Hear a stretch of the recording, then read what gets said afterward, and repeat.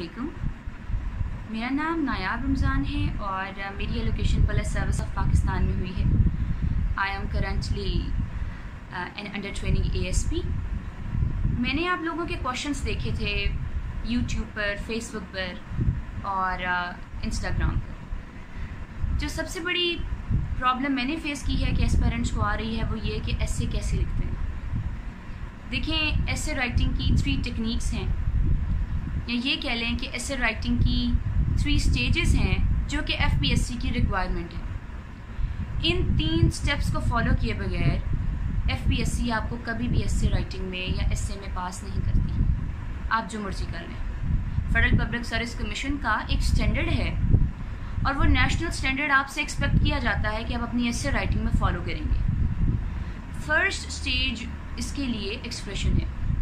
Expression का well built होना, expression का गुड होना बहुत बहुत ज़्यादा ज़रूरी है। और अच्छा एक्सप्रेशन, नेक्स्ट क्वेश्चन आपका ये होता है कि मैम अच्छा एक्सप्रेशन कैसे बिल्ड करेंगे। अच्छे एक्सप्रेशन के लिए ये ज़रूरी है कि आप सिंपल सेंटेंस स्ट्रक्चर लिखने से बाहर आ जाएं। The requirement is to write complex plus complex compound structure for sentence making। ये बहुत ज़रूरी है। आप देखिएगा कि कम्प्लेक्स सेंटेंस स्ट्रक्चर में इंडिपेंडेंट और डिपेंडेंट क्लॉजेस का मिक्सचर होता है। देयर आर 2 इंडिपेंडेंट क्लॉजेस और there are more than 2 independent clauses, there are dependent clauses too. यानी ये ज़रूरी है कि हम अपने एक्सप्रेशन को बिल्ड करते हुए सबसे पहले इस बात का ख्याल रखें कि क्या मैं कहीं सिंपल सेंटेंस स्ट्रक्चर तो नहीं लिख रहा। दो I have very much knowledge, लेकिन अगर मेरा सेंटेंस स्ट्रक्चर इतना सिंपल है तो फिर मैं FPSC की रिक्वायरमेंट को पूरा नहीं कर रहा। मेरा नहीं ख्याल कि कभी किसी CSS क्वालिफायर ने ऐसे राइटिंग में सिर्फ सिंपल सेंटेंस स्ट्रक्चर की बेसिस पे CSS ऐसे को क्रैक किया होगा। I don't think so and I never saw it too. तो ये ज़रूरी है कि आप एक्सप्रेशन बिल्ड करते हुए सबसे पहले इस बात का ख्याल रखें कि आप एक कम्प्लेक्स सेंटेंस स्ट्रक्चर्स लिख रहे हैं। सेकेंडली, आपको वर्ड्स रिप्लेस करना आना चाहिए। देखिए, ज़रूरी है कि अगर मुझे पता है कि किसी चीज़ को बेहतर बनाने को इम्प्रूव कहते हैं तो मैं इम्प्रूव ही कहूँ। I should have synonyms too. मुझे चाहिए कि मैं सिनोनिम्स रिप्लेस करूँ, मैं सिनोनिम्स लिखूँ। ये तो आपके लिए बहुत ज़रूरी है कि आप अब खुद सीख लें कि कैसे अच्छी वोकैबुलरी इस्तेमाल करते हैं। और अच्छी वोकैबुलरी इस्तेमाल करने के लिए सबसे आसान तरीन तरीका यही है कि आप वर्ड्स रिप्लेस करना स्टार्ट करें। और यू वुड फील कि हम बहुत कन्वीनियंट हैं अपने एक्सप्रेशंस, मतलब हम बहुत कन्वीनियंट हैं इस तरह का मेथड इस्तेमाल करते हुए, और हम खुद ऑब्जर्व करते हैं कि हाँ, हमारा एक्सप्रेशन बहुत अच्छा और बहुत साउंड हो गया। सेकेंडली, पैसिव वॉइस का ज़्यादा इस्तेमाल करें। एक्टिव वॉइस से ज़्यादा पैसिव वॉइस को प्रेफर किया जाता है ऐसे राइटिंग में। आप मेरी बात को वेरीफाई डॉन के एडिटोरियल से या फिर इंटरनेशनल मैगज़ीन से करें कि आप अंदाज़ा खुद करें कि वहाँ पर सिंपल सेंटेंस स्ट्रक्चर से ज़्यादा कम्प्लेक्स सेंटेंस स्ट्रक्चर को फॉलो किया जाता है। वहाँ पर एक्टिव वॉइस से ज़्यादा पैसिव वॉइस को प्रेफर किया जाता है। तो अगर आप ये चीज़ें करेंगे तो ख़ुद ब खुद आपका एक्सप्रेशन डेवलप हो जाएगा। सेकेंडली, जो चीज़ FPSC को रिक्वायर्ड है वो बहुत वास्ट नॉलेज है जो आपने शो करना है। नॉलेज सिर्फ इस चीज़ से शो नहीं होता कि आप कॉजेज़ लिख दें, फैक्ट्स लिख दें, डेफिनेशन लिख दें। उसके लिए ज़रूरी है कि आप इंटरनेशनल इंडेक्सेस को डिस्कस करें, पाकिस्तान की रैंकिंग्स को डिस्कस करें, पाकिस्तान करप्शन इंडेक्स में कहाँ पर है, उसकी रैंकिंग क्या है, पाकिस्तान की स्टैटिस्टिक्स क्या हैं, हमारी GDP ग्रोथ क्या है, और इस तरह की तमाम चीज़ें जो कि फैक्ट्स एंड फिगर्स को और स्टैटिस्टिक्स को शो करती हूँ। पाकिस्तान ब्यूरो ऑफ स्टैटिस्टिक्स एक बहुत अच्छी वेबसाइट है। इसके अलावा वर्ल्ड इकनॉमिक फोरम है, वर्ल्ड आउटलुक है और डेमोक्रेसी इंडेक्सेस हैं। बहुत ज़्यादा वेबसाइट्स हैं जो आप देखेंगे तो आप खुद कहेंगे कि वहाँ पर पाकिस्तान की इंटरनेशनल रैंकिंग शो होती है। फ्रीडम ऑफ स्पीच में हम किस रैंक पर हैं। आपसे पेपर चेकर यही एक्सपेक्ट करता है कि आप उसे नॉलेज के साथ साथ स्टैट्स और स्टैटिस्टिक्स और फैक्ट्स एंड फिगर्स भी बताएं। थर्डली, जो चीज़ ज़रूरी है वो स्ट्रक्चर है।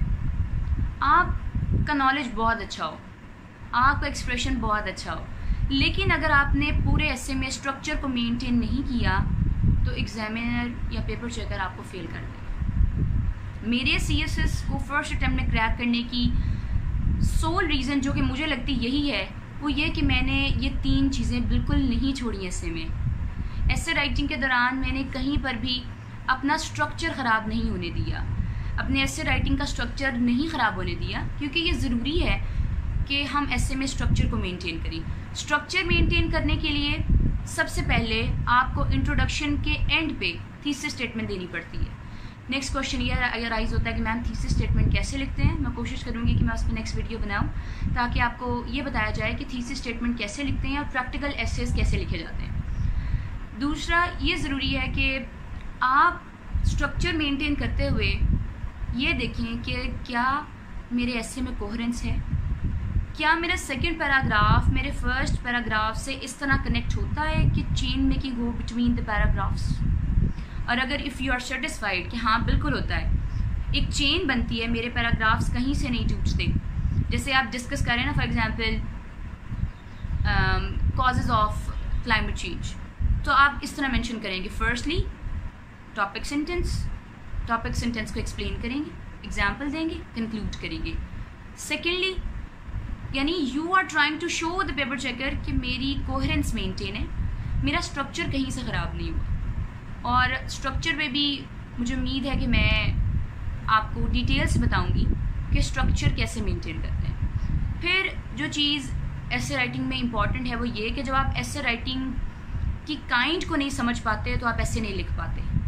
ऐसे की 5 to 6 काइंड्स होती हैं, टाइप्स होती हैं।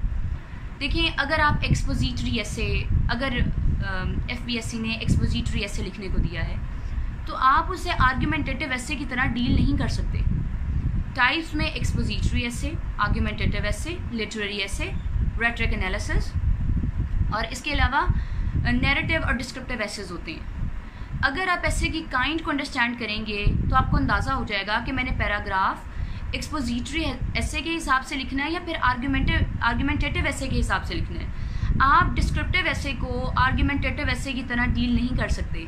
फॉर एग्जाम्पल, अगर नैरेटिव ऐसे है तो आपके लिए ज़रूरी है कि आप हर पैराग्राफ में कोई कुछ ना कुछ नरेट कर रहे हो, आप नरेशन दे रहे हो। अगर वो आर्ग्यूमेंटेटिव ऐसे है तो आपने हर पैराग्राफ में आर्ग्यूमेंट को मेंशन करना है, आर्ग्यूमेंट को एक्सप्लेन करना है, आर्ग्यूमेंट की एग्जांपल देनी है और आर्ग्यूमेंट को कंक्लूड करना है, and then you would touch the second paragraph in the same manner. और मुझे उम्मीद है कि अगर आप ये 3 स्टेप्स फॉलो करेंगे, the first is knowledge, the second is structure and third is expression, तो ऐसा कभी भी नहीं होगा कि आप CSS के ऐसे को फर्स्ट अटैम्प्ट में क्रैक ना कर सकें। और इसकी प्रैक्टिस करें, लिख कर देखें, क्योंकि उन लोगों के लिए जो इसे बहुत मुश्किल समझते हैं, मेरा एक ही मैसेज है कि CSS इतना मुश्किल नहीं है जितना हमने उसे दिखा दिया है कि वो मुश्किल है। तो CSS ऐसे को जिस तरह डिपिक्ट या डिमॉन्स्ट्रेट किया जाता है, CSS ऐसे वैसा नहीं है। लेकिन अगर आप समझते हैं कि आपकी अंग्रेज़ी बहुत अच्छी है, आपका इंग्लिश एक्सप्रेशन बहुत अच्छा है, लेकिन आप नॉलेज और स्ट्रक्चर को शो नहीं कर रहे, तो फिर आप ऐसे राइटिंग में पास नहीं हो सकते। ये 3 बेसिक रिक्वायरमेंट्स हैं FBSC की जो आपने अपने ऐसे राइटिंग में पूरी करनी है, और you would definitely see the magic कि CSS ऐसे को फर्स्ट अटैम्प्ट में क्रैक करना बिल्कुल भी मुश्किल नहीं है अगर हम ये 3 स्टेप्स फॉलो करें। इंशाल्लाह मैं कोशिश करूँगी कि आपके क्वेश्चंस को आंसर करूँ, जो भी आपकी क्वेरीज होंगी उनको आंसर करूँ, ताकि आपको पता चल सके कि CSS is not just about hard work but smart work. Thank you.